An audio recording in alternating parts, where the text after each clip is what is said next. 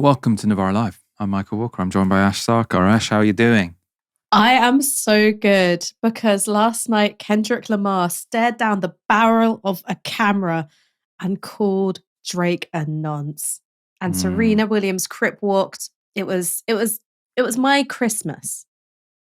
He really did destroy his career, right? Because you had the whole, I think 120 million people watch it. You had the whole statement, shout the line about, what is it? Tell me the line. Trying to strike a chord and it's probably A minor. Yeah. We're talking about the halftime show at the Super Bowl.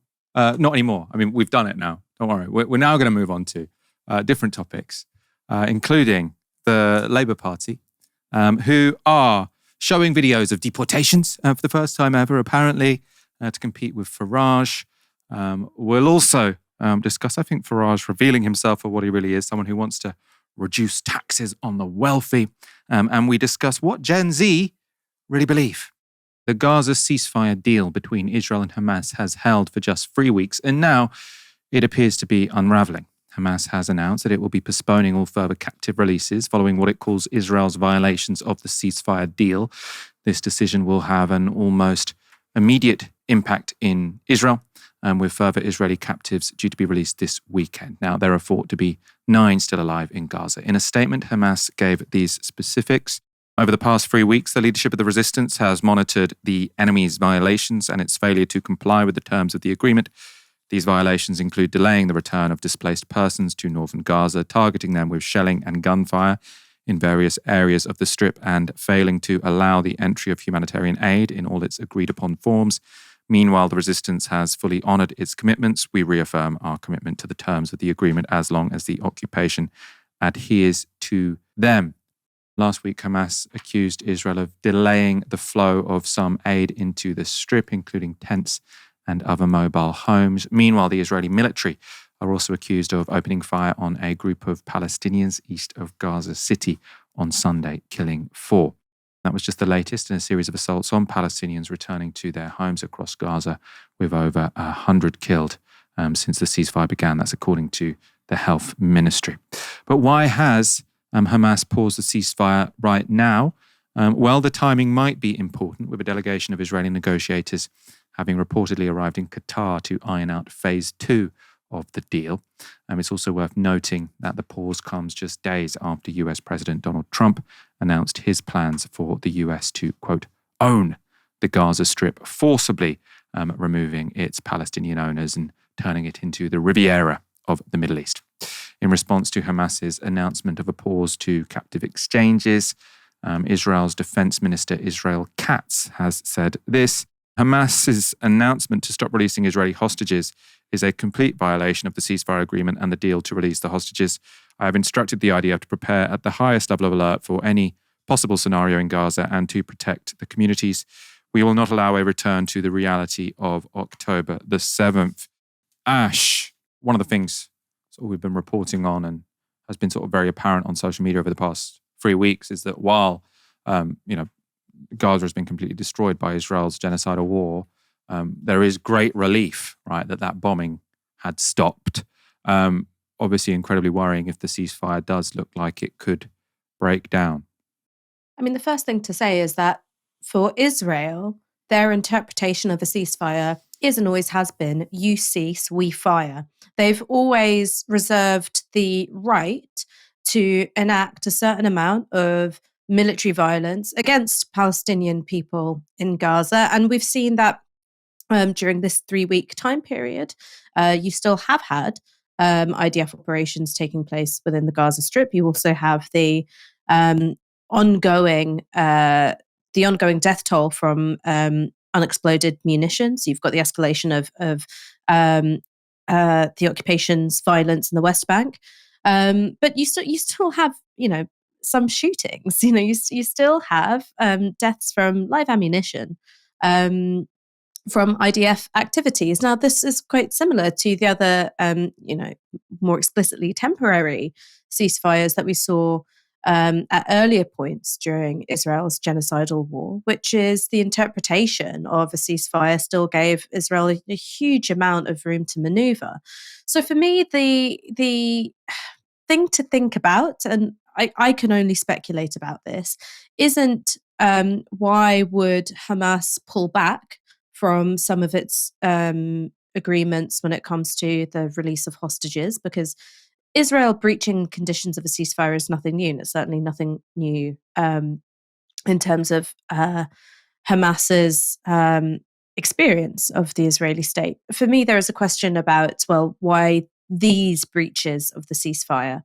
And I wonder what might be going on inside Hamas political leadership, their read of the geopolitical situation. As you alluded to, Trump's comments about turning Gaza into the Riviera of the Middle East. Is this going to be like the Abraham Accords, but even worse in terms of the attempted sidelining of the Palestinian issue? And so is that the real reason why Hamas might pull back from some of its own agreements? Because I don't think it's necessarily just to do with Israel's breaches of the ceasefire. I mean, there is also reporting in the Israeli press that, Netanyahu has basically told his cabinet that he has no interest whatsoever in entering into a phase two. So it could be that this is Hamas sort of trying to increase its leverage when it comes to entering into a second phase of the ceasefire, because it seems quite plausible, doesn't it, that Netanyahu wants the living hostages released, and then he can say, oh, well, let's go back to war, right? So maybe it's something like that, them sort of trying to maintain a bit more of their leverage. But yeah, I think it would be, I don't think anyone wants to see a return to fighting. Let's talk about what happened over the weekend, because this story is very much breaking. There's only so much speculation we can do about what might happen next. So let's talk about what's happened over the past couple of days. Because over the weekend, both Israel and Hamas appeared to still be abiding by their conditions. And as per those terms, there was an exchange of captives by both sides. So on Saturday, Hamas released 3 male hostages in the central Gazan town of Deir al-Balah. From left to right, Ohad Ben Ami, Eli Sharabi, and Or Levy appeared on stage in front of a crowd of Palestinians clutching their signed certificates of release. They were then handed over to the Red Cross, who drove them out of Gaza. But the gaunt appearance of the 3 men has left some Israelis enraged. At the top, you can see how Or Levy, Eli Sharabi, and Ohad Ben Ami appeared prior to being taken prisoner. At the bottom are stills from their release after 16 months in captivity. The office of Israeli Prime Minister Benjamin Netanyahu released 2 statements in response to the release. So he said, the shocking images we saw today will not pass without response. The government, together with security officials, will support them and their families. Israel is committed to bringing back all the hostages and missing. Due to the harsh conditions of the 3 hostages and the repeated violations of the Hamas terror groups, the Prime Minister has ordered that Israel will not gloss over this and will take action as needed. Questions have been raised about the treatment of the 3 men while held by Hamas. Others, though, including some in Israel, have pointed out that Netanyahu's government also bears responsibility for their current state. In his first interview since being sacked, former Israeli Defense Minister Yoav Gallant confirmed last week that Netanyahu had repeatedly torpedoed Israeli prisoner release deals for political reasons, refusing those deals, one of which was almost identical to the current ceasefire and on the table in April last year, means that the 3 released Israeli prisoners, as well as others, have spent almost a year longer in captivity than they needed to. There was also this painful moment during the prisoner release. So 52-year-old Eli Sharabi addressed the crowd in Gaza after he was asked by a Hamas fighter how he felt about being freed. Sharabi says, I feel very happy today to return to my wife and daughters. Now, apparently he was then unaware that they had all been killed on October the 7th. So really, really tragic situation for that man. In Tel Aviv, crowds gathered to watch the release on public screens. One Israeli viewer, Marsha Kellner, gave this reaction to Reuters. The release is unbelievable what's going on. It's for us a miracle to bring them home and to have them back. But it's unbelievable how much they are weak, how much they are ill, and all this nightmare that they have to go on in front of the cameras, and the world couldn't care less. And the Red Cross was never there for them. It's like a cab at the last minute. It's a shame. UN, Red Cross, and where are the babies? And where is Shiri Bibas? And where are the other ones?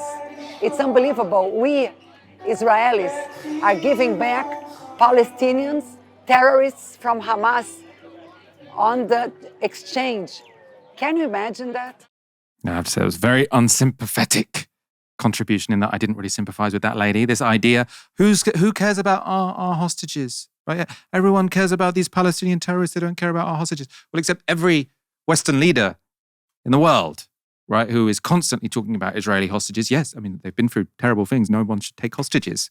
But no one ever talks about the Palestinian captives, who she there categorizes as terrorists. Will explain why that's not the case. Because, of course, the exchange of Palestinian captives, hostages, prisoners, whatever you want to call them, began later on Saturday with 183 released. The majority released in this exchange had been captured in Gaza after October the 7th, and most had been held in Israeli prisons without trial or charge. They were taken across the border to the European hospital in Khan Yunis, where crowds of relatives gathered to meet them. But the state of many of those captives have also raised concerns. Again, captives who were held without trial or charge. This was the moment Jamal al-Tawil was released by the Red Cross. He's carried down the steps of the bus in the arms of a Red Cross worker. And you can see that he's attached to an oxygen tank. Al-Tawil was taken straight to hospital once free. His daughter was also recently released in a prisoner exchange, and she said that he had been beaten by Israeli guards in the final moments before his release. Also released was Khalil al-Shawish, whose body is reported to bear visible marks of torture. He said this about his treatment, quote, "All forms of torture were used against us, including electricity. Electricity was applied to sensitive areas. They used psychological and physical torture, everything. A new birth, praise be to God. Today is a new birth, a new beginning." So that was his quote there on being released. According to the Red Cross, 7 of the freed Palestinian captives required immediate hospital treatment after their release.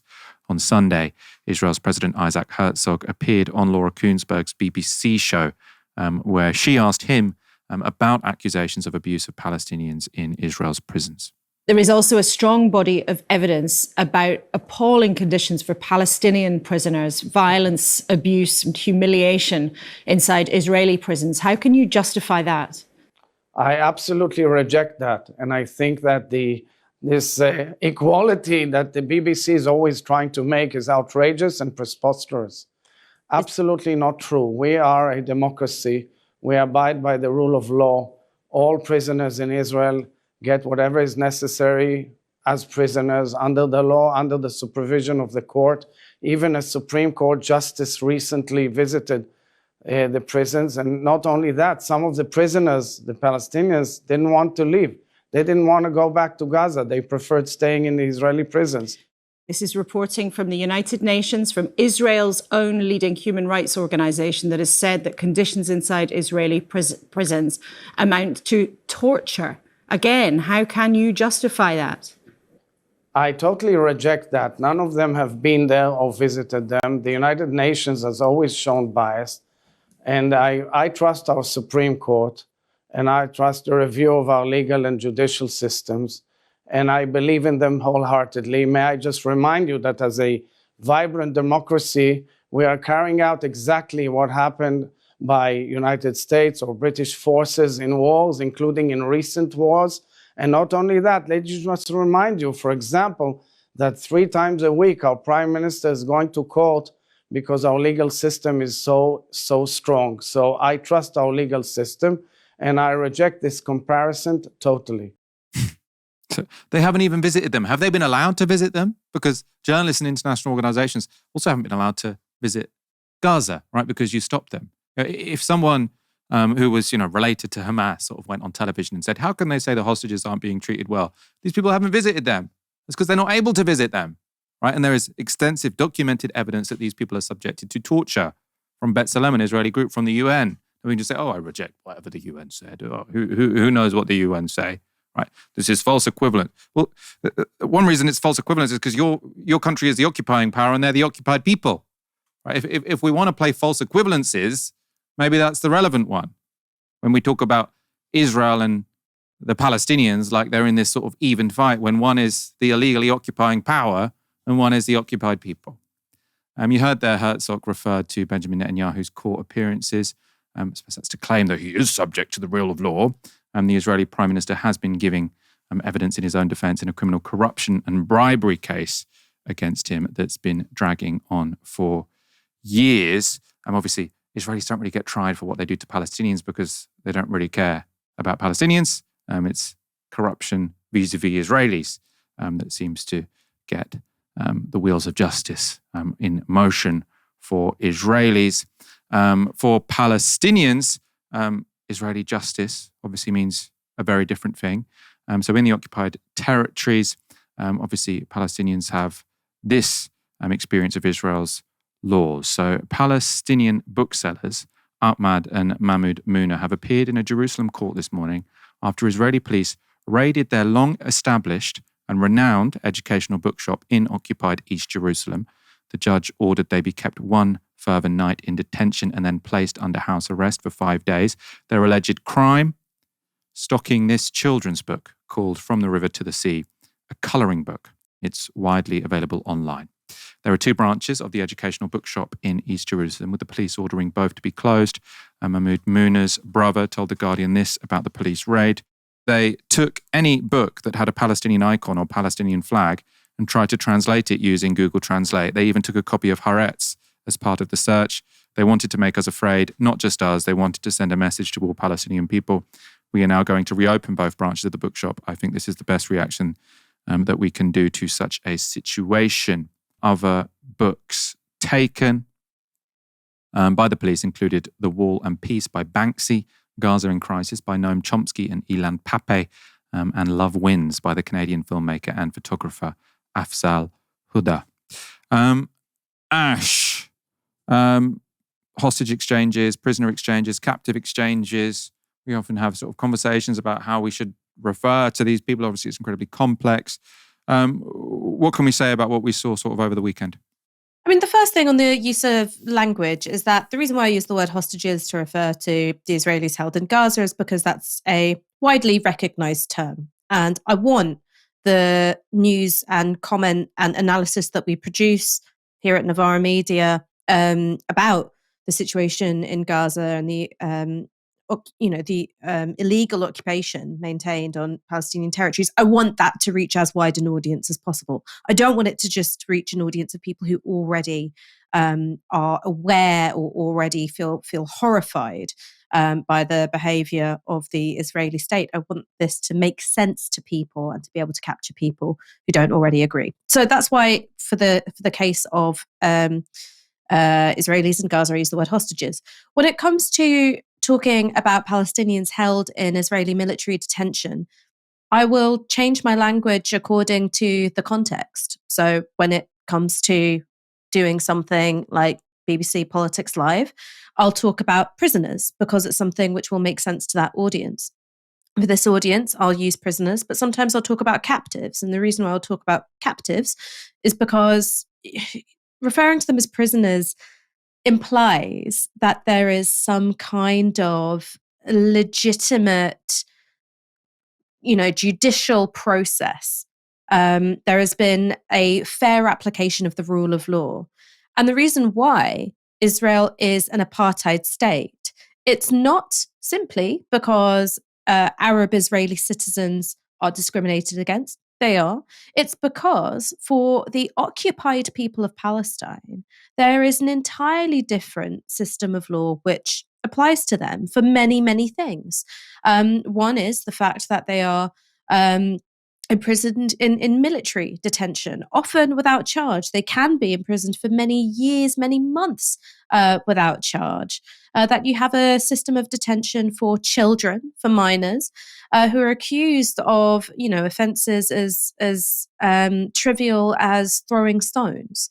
So that's why Israel's an apartheid state, and why the use of the word prisoner, while I understand it makes sense to, a broad range of people, I think it's important to at least, also simultaneously use the word captive, because there is no fair and just legal process.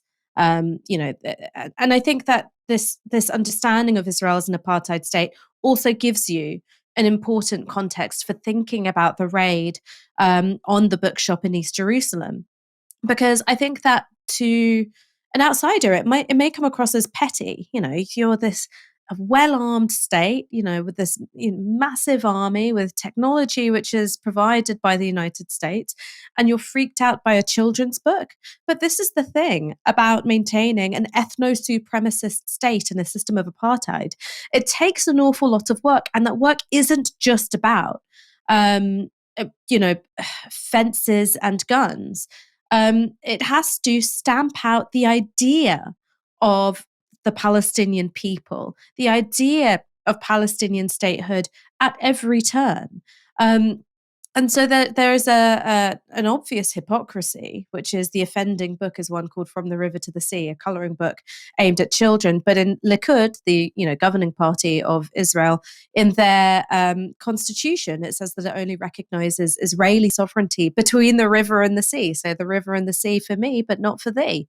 But I think you saw a similar fear of ideas, fear of language, fear of imagery in every other apartheid or fascistic state in history. It has to work so hard to curtail the imagination. I mean, up until I believe it was the 80s or the 90s, it was illegal to make artwork which used the colours of the Palestinian flag, because the display of the Palestinian flag was illegal. That's how the watermelon has become a symbol of Palestinian identity and the Palestinian cause.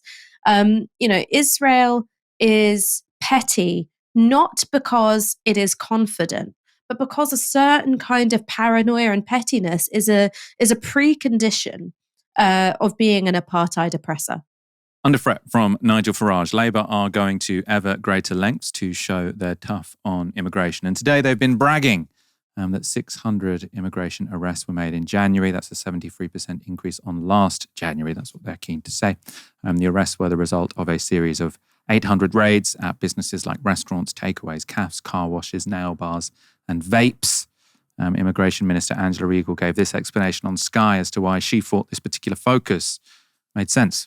We know, for example, that the criminal gangs who've been allowed to take hold along our borders and have a very sophisticated business model, which is very lucrative, do advertise in places for people to come over and pay the money. And part of the advertising is that they'll be able to work in the UK easily. And what we're saying is, no, you won't be able to work illegally in the UK easily. If you're found, you will be arrested and deported. And of course, we're also taking action against those employers who are cheating by employing illegal workers, paying them very, very low wages and often leaving them in squalid conditions.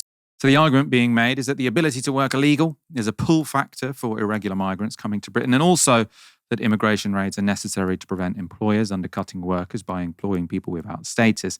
But Labour are going further than just arresting immigrants here illegally. They're also broadcasting deportations. So the National Crime Agency has today put out footage of immigration raids, and the government will, for the first time, broadcast footage of deportations, showing a number of immigrants being taken from removal centres and on waiting planes. So that's sort of footage they released only just before we went live of people going onto the planes. Yvette Cooper, later in the week, is also expected to join an early morning raid targeting illegal workers. Presumably, she'll have cameras in tow.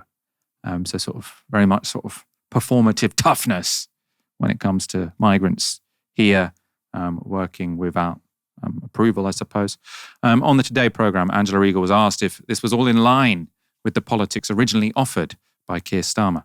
Your party is led, and the government is led by a man who ran for office saying that he would, and I quote, defend migrants' rights, and saying that he wanted an immigration system based on compassion and dignity. It will sound to some people listening, including your own supporters, that in the face of Reform UK, you're in a political panic. But it's not what Keir Starmer believes, what you're advocating, is it? Look, I don't believe for 1 minute that enforcing the law and ensuring that people who break the law face the consequences of doing that, up to and including deportation, arrest, is not compassionate. We have to have a system where the rules are respected and enforced. And including filming it and putting it on the 6 o'clock news, which is the plan today with the Home Secretary on a visit. Is that what Keir Starmer meant when he said an immigration system based on compassion and It's dignity? important that we show what we are doing, and it's important that we send messages to people who may have been sold lies about what will await them in the UK if they get themselves smuggled in. They're more likely to be living in squalid conditions, being exploited by vicious gangs. It's important that we get those realities across, and it's important that that is done in imagery as well as words. So personally, I'm not convinced that potential irregular migrants are all glued to the BBC 6 o'clock news. Right? The suggestion is that this is going to deter people from coming here because they'll turn on the 6 o'clock news and then they'll see people being deported onto a plane and they think, oh, I won't bother going to Britain then. Of course, any images of raids and deportations won't really be for the benefit of potential migrants, but rather for voters who Labour fear are flooding to reform.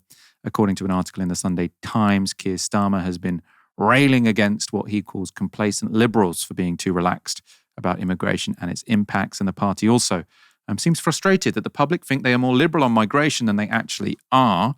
To that end, the party put out a graphic last week in the turquoise colour used by Reform, bragging that they removed 16,000 illegal immigrants, which they called a record high. Today, they've now said 19,000 people have been deported since they came to power. The party, though, has also apparently learnt from Trump that just saying that you've done something doesn't have much impact. You also have to show the public as well. Hence, the images we've seen of people being put onto planes to be deported. This is the quote from the Times. It's something the Trump team have been very good at. We recognise the need to show, not tell, what's being done to tackle illegal immigration. That's from someone called a senior government source. That source is anonymous, but the Sunday Times suggests that Starmer's most powerful aide, Morgan McSweeney, is driving the plans. This is from the article. McSweeney was instrumental in pressing the Home Office to get the necessary approvals from airlines, airport and ground staff to broadcast footage of the migrant returns.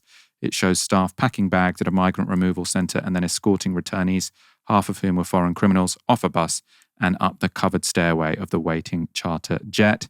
One of the most disruptive cases is shown with his hands shackled, escorted by 7 border enforcement staff.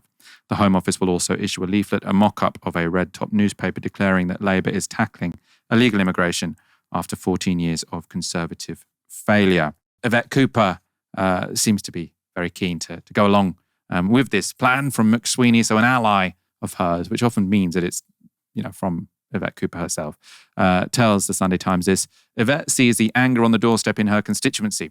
MPs in reform-facing seats fully understand why we have to go further. Those in metropolitan areas say we need to remember our values and do more on safe legal routes for refugees. But Yvette thinks we have to earn consent by restoring faith in enforcement. Ash, what's your take on, I suppose, Labour releasing this video footage of both raids and then people being put onto an aeroplane? We've been here a million times before. There was a quite astonishing tweet from friend of the show, Dan Hodges, who said, "Oh, it really is astonishing. You cannot underestimate just how important it is that Labour are finally, embarking on an anti-immigration crackdown." He said something of that nature, that it was so significant and historic, and a sort of a historic shift. And I was like, am I the only person here who can remember the Blair years? Because really, continuously since 2001, we have been in a period of crackdown, crisis when it comes to immigration. That has been the dominant mode of British politics. Now, I think it would be entirely fair to say that this political theatre around immigration crackdowns, it hasn't brought down the numbers when it comes to immigrants. And I think that goes to the heart of the sort of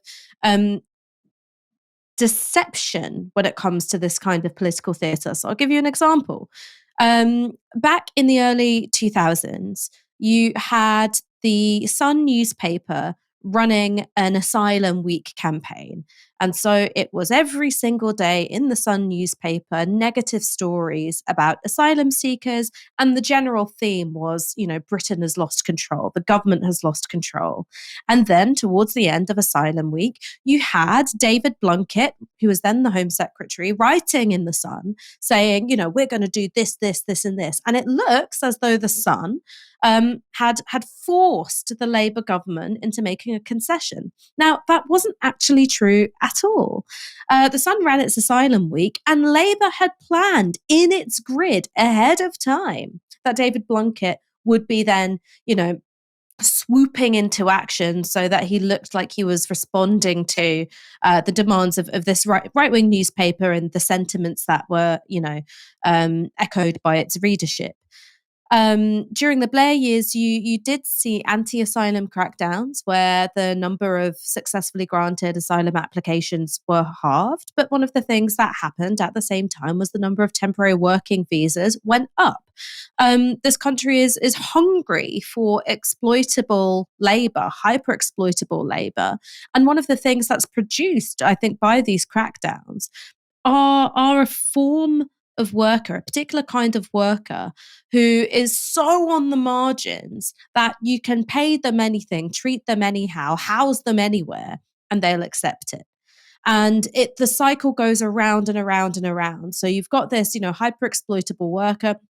You've got, British workers, British nationals who look at, wages being undercut in certain sectors, or sort of looking at the sort of degradation of the employment market, and then people promise another crackdown. But what that produces is once more this hyper exploitable form of worker. And this is the thing about Brexit. And I know that we're trying to move quickly, but this is an important point to make, which is that when we were EU members, we had people who were able to come to this country, and it was largely free of conditions. Their ability to stay here, make a life for themselves, they had to be able to support themselves like anyone else would, but it wasn't tied to their employer.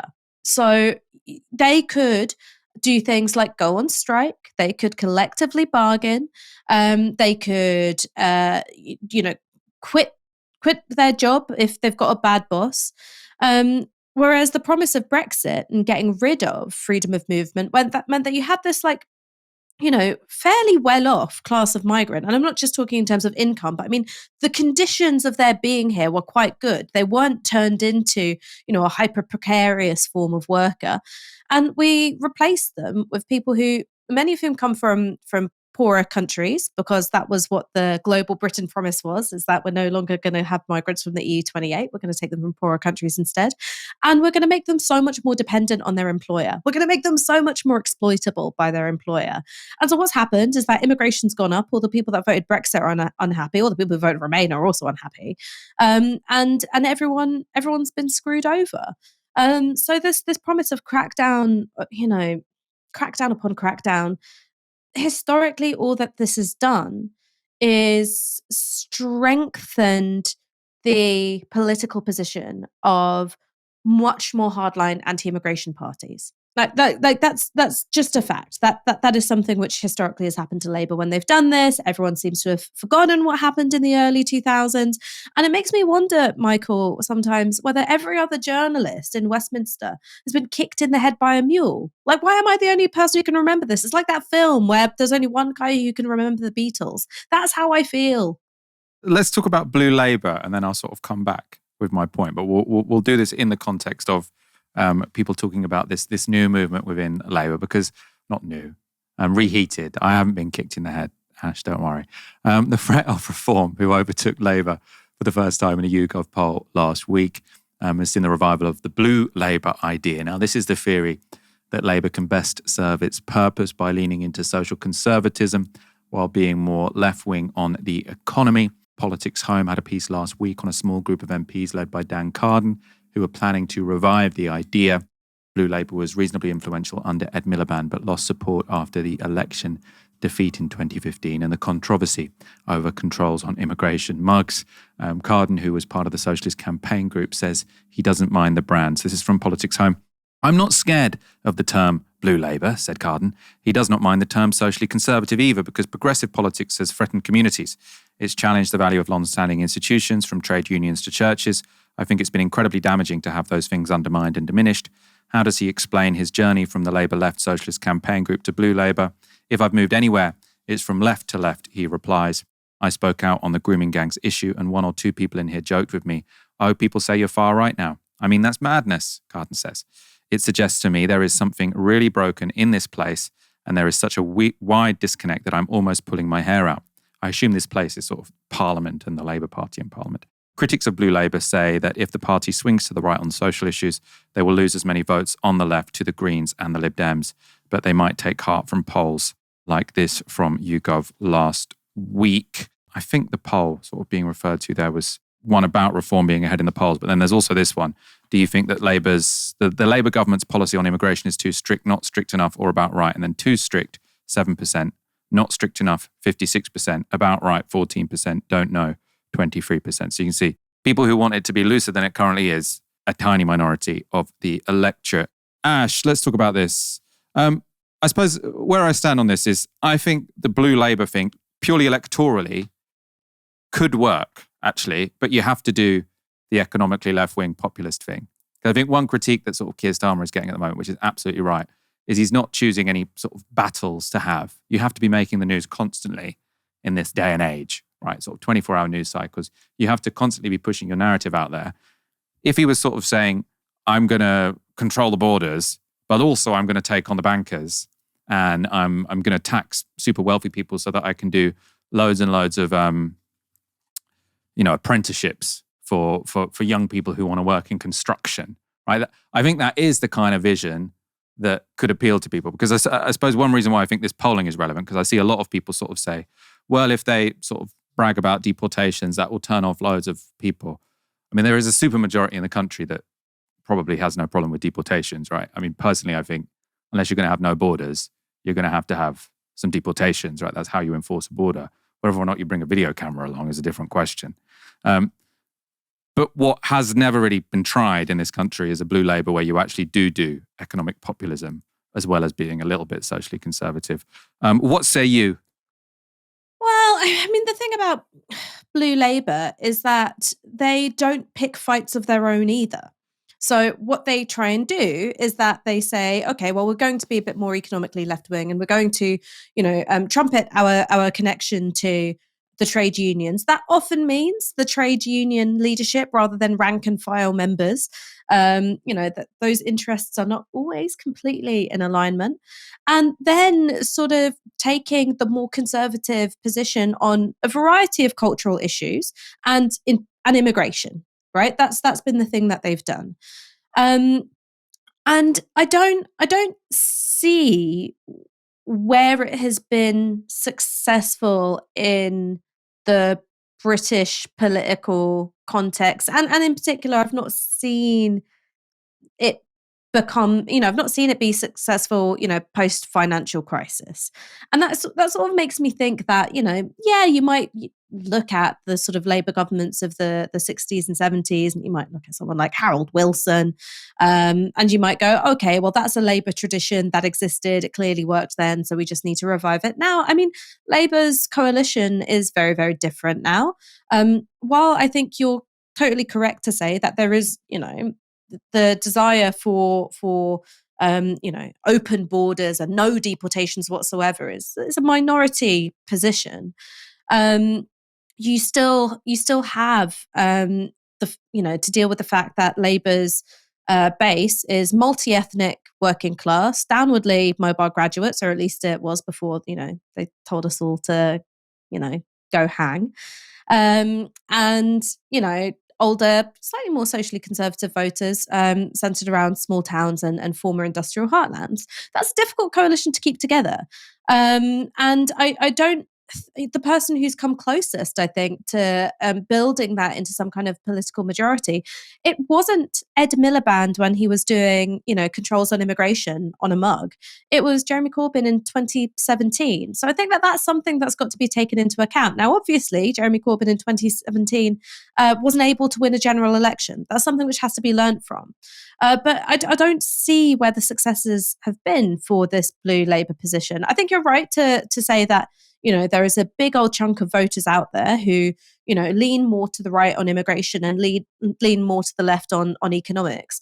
But, this sort of suggestion that there is a whole host of social issues that people lean more to the right on and left on economics. It's like, back in the day, blue Labour would have said the thing to do is be anti-gay marriage or anti-equalisation of the age of consent for gay people with straight people.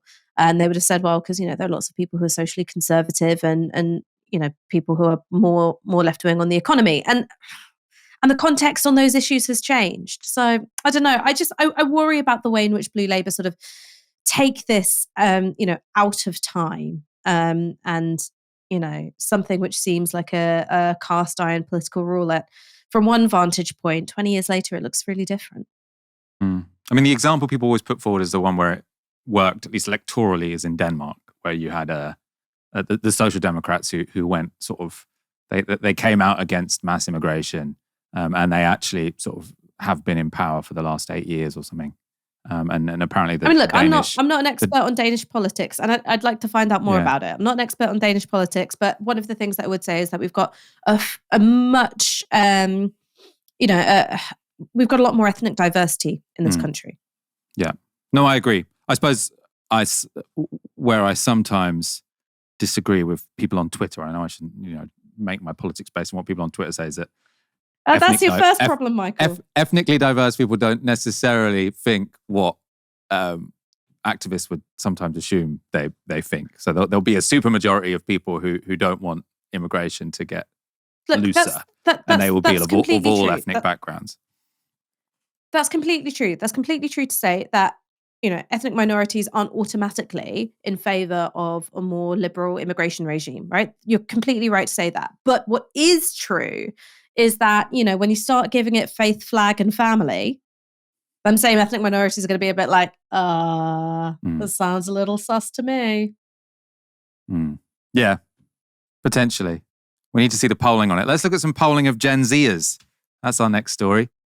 It's almost a law of nature that older generations of people will be both fascinated and dismayed by the attitudes of younger people coming after them. Gen X were cast as nihilistic slackers and dropouts. Millennials, like myself, were the spoiled trophy generation expecting big rewards for simply participating in the world of work. Why not? It's hard enough to get out of bed in the morning. I expect a reward. Anyway, Gen Z, what of those? Gen Z are aged between roughly 14 and 28. So what can we say about that group? Just a few years younger than me. Well, The Times has now conducted an in-depth survey of over 1,000 Gen Z adults, asking them about their attitudes to a range of social and political topics. And one thing that appears to define them is this: they don't think much of Britain. Almost half of young people we surveyed believe Britain is now a racist country. Well, if you agree with this comment, raise your hand. I mean, to be honest, I feel like this conversation, you can't really, as a country, have the colonial past that we do and not be a racist country. I think people are really scared of that word and they don't like to admit that it exists. They don't like to admit their participation in it. But if you're not willing to recognise how, as a society, we still contribute to systemic racism, casual racism, I don't think that there's going to be any progress there. It's not any better than any other country. There's been instances where I've been, say, racially profiled or have experienced racism being mixed race. My dad has experienced that before. And so when we travel as a family, me, my mum and my dad can definitely see that it's a much more global problem than just in Britain. But I would still say, yeah, Britain is racist. That clip was from a much longer video released by The Times. I've watched half of it so far. It's quite interesting. A panel of Gen Zs in the video discussed the survey's findings. But the survey, this is interesting, doesn't just ask Gen Z what they think. It also compares their answers to those given by millennials 20 years ago. In some cases, the differences are fairly stark. So in 2004, just 34% of young Brits thought that the country was racist. Today, that's gone up to nearly half. Gen Z are also much less interested in fighting for their country. Just 11% of Gen Zs say they'd fight for Britain, while just over a third said they'd fight only if they agreed with the reasons for war. And over 40% say they wouldn't take up arms under any circumstances. In contrast, in 2004, nearly a quarter of millennials said they were prepared to fight for the country, and with nearly 60% saying they'd go to war for the right reason. So a big drop there. Just a fifth said they wouldn't fight in 2004. Now, when it comes to national pride, Gen Z doesn't really have much. So almost all millennials, 80%, said they were proud to be British in 2004. That's halved by 2024. And with just 40% saying they are. Finally, Gen Zs aren't big fans of the police. Just over 10% of them say they'd have a lot of trust in the police if they were a victim of crime, although half say they'd have a little. But a third wouldn't trust the police at all. Now, back in 2004, over 90% of respondents said they trusted the police a little or a lot, with less than 10% saying they had zero trust in them. Predictably, the results have had politicians pointing fingers. This was Tory leader Kemi Badenoch. Too many young people do not believe they have a stake in the future. It is critical we leave something positive for the next generation. It is particularly shocking that so many young people think Britain is a racist country. It is absolutely not the case, but this is what happens when we let false narratives take root. We've also got a quote from the former head of the British Army, General Patrick Sanders. He said this: "If we aren't prepared to fight for our freedom and the way of life as we have always done, then we will become prey in a world of predators. It must lead to a concerted effort to change attitudes in a way that the next generation appreciates the reality of the challenges we now face as a country, which impact on our security at home." And then we've got a more rounded statement, let's say, from Bobby Duffy. He's director of the Institute at the Policy, or the director of the Policy Institute at the King's College London. He says, "This is a generation that has struggled with wage stagnation and found it far harder to accumulate wealth. But cultural issues have also become far more central to politics than they have been in the past. You have seen Brexit and the trans debate, where young people are increasingly at odds with the views of the older generation, which in part also explains their disillusionment." Ash, how do you feel about Gen Z? Yay or nay? Thumbs up, thumbs down? Look, Matt. Look, one, are you surprised that they don't want to fight in a war? Like, look at the wars we've been fighting.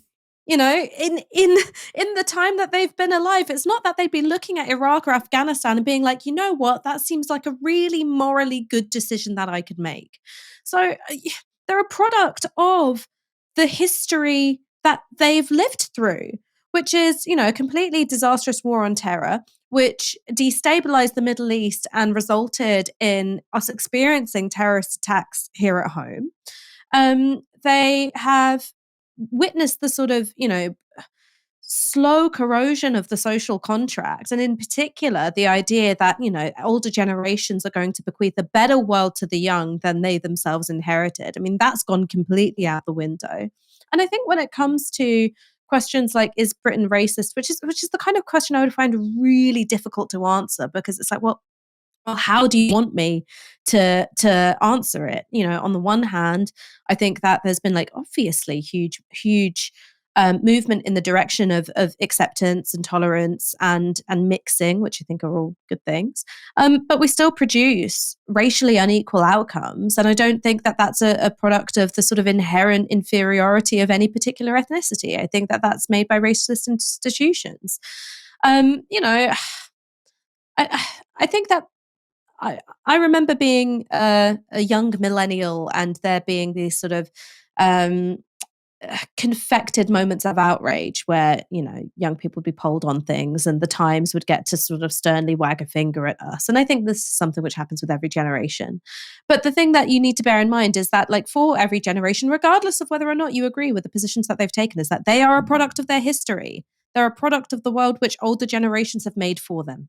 One thing that's interesting, I mean, I agree with, you know, I think is UK racist is kind of a silly question in a way.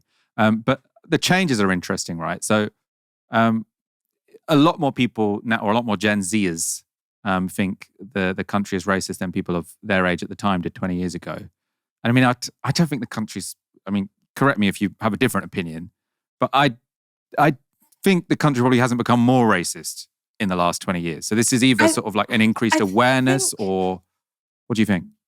I think that, I think it's a really tricky one, because again, it depends on your vantage point. One is there is increased awareness.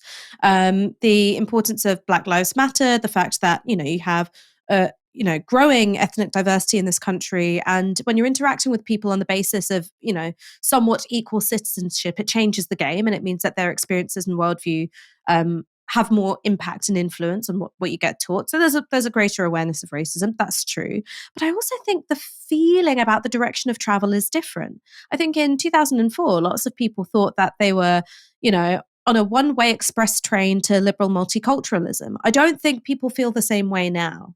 And so I think that kind of vibe is, quite possibly impacting people's answers.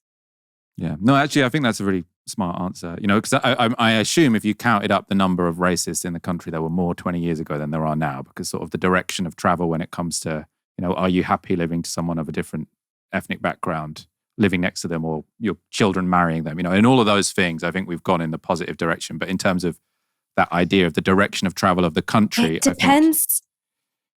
It depends on the ethnicity. This is the really interesting thing about the polling. So, we all remember back in the 60s, there was a notorious by-election where the Conservatives ran on a slogan which was, if you want an N-word for a neighbour, vote Labour. If you already have one, vote Conservative.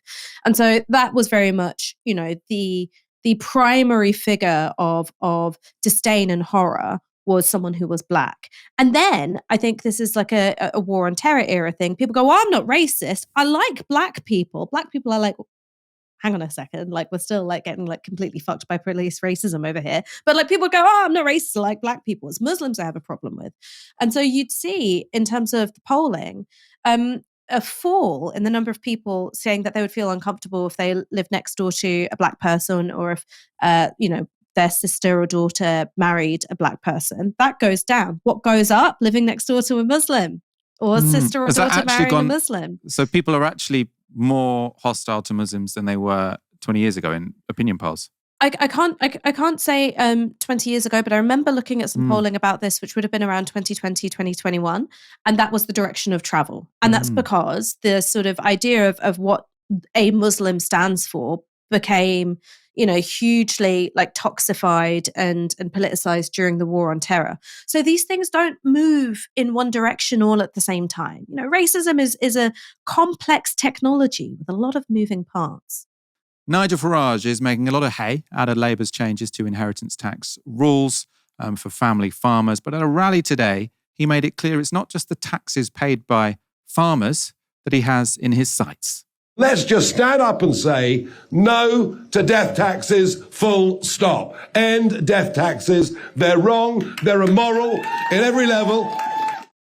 So, we're told this is about our food. The reason that the farmers need these tax breaks is so that we can have food security. And actually, I have mixed feelings about the sort of tax breaks for these farmers, because they are sort of asset rich, but quite income poor. And if they have to sell up their farm just to go to a larger corporation, that doesn't actually seem like a great outcome to me. But I am very much in favor of inheritance tax. It's way too low. It should be much higher. It should apply to way more people. I think at the moment only about 6% of people pay it. But this poses a political problem for me, because in pretty much every survey you look at, inheritance tax is the least popular. People hate it. People from all classes hate it. People who definitely are not going to receive an inheritance that's sort of more than a few £100 seem to hate it. Ash, to me, inheritance tax is the most fair tax, right? No one earned their inheritance. If you've got parents who are able to bequeath an inheritance to you, you've probably already experienced quite a lot of privilege in your life. And so I don't see why you get a lump sum when they pass away. But at the same time, people hate it. Right? If reform go into the next general election promising to get rid of it, it will be popular. What's your analysis on why I myself am so out of step with the general public on this issue? I couldn't possibly comment on that, Michael, but I think how most people feel about it, and this isn't something I agree with, by the way, I'm just ventriloquizing. I think how lots of people think about it is that they feel like it's perfectly natural and an expression of their love towards their family members, to want to make sure that they're looked after financially when they die. It feels like a perfectly obvious thing. And you think about, family inheritance as a way of kind of keeping the family identity intact. And people understand that in ways which are small and not subject to taxation. So the sort of importance that a grandmother's wedding ring takes on, for instance. So I think that there's a lot of, that sense of, something very emotional and something very primal is tied up in that. But also, and I would love to see the polling on this and how this has changed over time. I wonder if within a context where, if you want an economically stable life, you need intergenerational wealth. Like within that context, people are like, well, actually, like don't bring in inheritance tax or widen it, because it's not as if work's going to pay for my kids, or they're in a ton of debt because of uni, or I want to help them buy a house. So I wonder if it's also in response to the context. I would be interested in a little poll tracker there. Yeah, I mean, I'm not against all inheritance, right? I think it is, I think it's perfectly natural to want to pass down stuff to your kids and to sort of have that as sort of, almost sort of a gift when you pass. But at the moment, I think if you're a married couple, you can pass on up to £1 million with no tax whatsoever. Yes. Now, if someone is lucky enough to be able to inherit, £1 million from their parents, like, let's have the state take half of it. They still get £500,000, right? That's still a house deposit, right? If you make the threshold, but also close the loopholes. Yeah, exactly. Just put the threshold down to like 50 grand or 100 grand. Like, if you get half of that, that's still a bloody good deal, right? But we seem to think that if a £1 million house gets taxed at all, then that's some kind of problem. I mean, no, and look, I agree with you. I think that that inheritance is the definition of unearned wealth. And I say this as someone whose family were able to buy houses in London. I'm not talking about fucking mansions, but my grandma bought a terraced house in Tottenham. It meant that when she died, there was like a significant sum to be split amongst the grandchildren. It was unearned. Like, it was entirely unearned money. And like, I recognized it as intended as a gift, and that all felt really good. But why is it that, through no endeavor of my own, that I should be given a boost up towards financial stability, and someone whose grandma didn't buy a house in London in the 1980s, didn't. Like it's completely unearned. I just think that the context is important, because that shapes how people feel about, I guess, the kind of financial world that their kids are growing up into. Yeah. I mean, whenever this comes up when I'm on TV, because my parents, they live in East London in a house that I think they bought for like 30 grand, and now it's going to be worth like crazy ass money. And I'm like, obviously I'm a lot luckier than my friends who don't have parents in London who own a house, because I know that one day in the next 20 years or something, I might get this huge windfall, which, but if the state take half of that, that's so reasonable. Right? This idea that you have to get all of it just seems a bit mad to me. That's just like, everyone seems to think that there's all these lucky people with parents in London who own homes, and for some reason, all these people are getting up behind Nigel Farage and saying, let them have the full $1 million, which is like just a bit bizarre to me. Anyway, let's wrap up there, but I will see you in about 5 seconds, Ash, because we are going to start in 1 moment our Novara Q&A. Stay on the stream. You will be taken to the Q&A stream. And for the normal Novara live show, of course, we'll be back tomorrow at 6 p.m.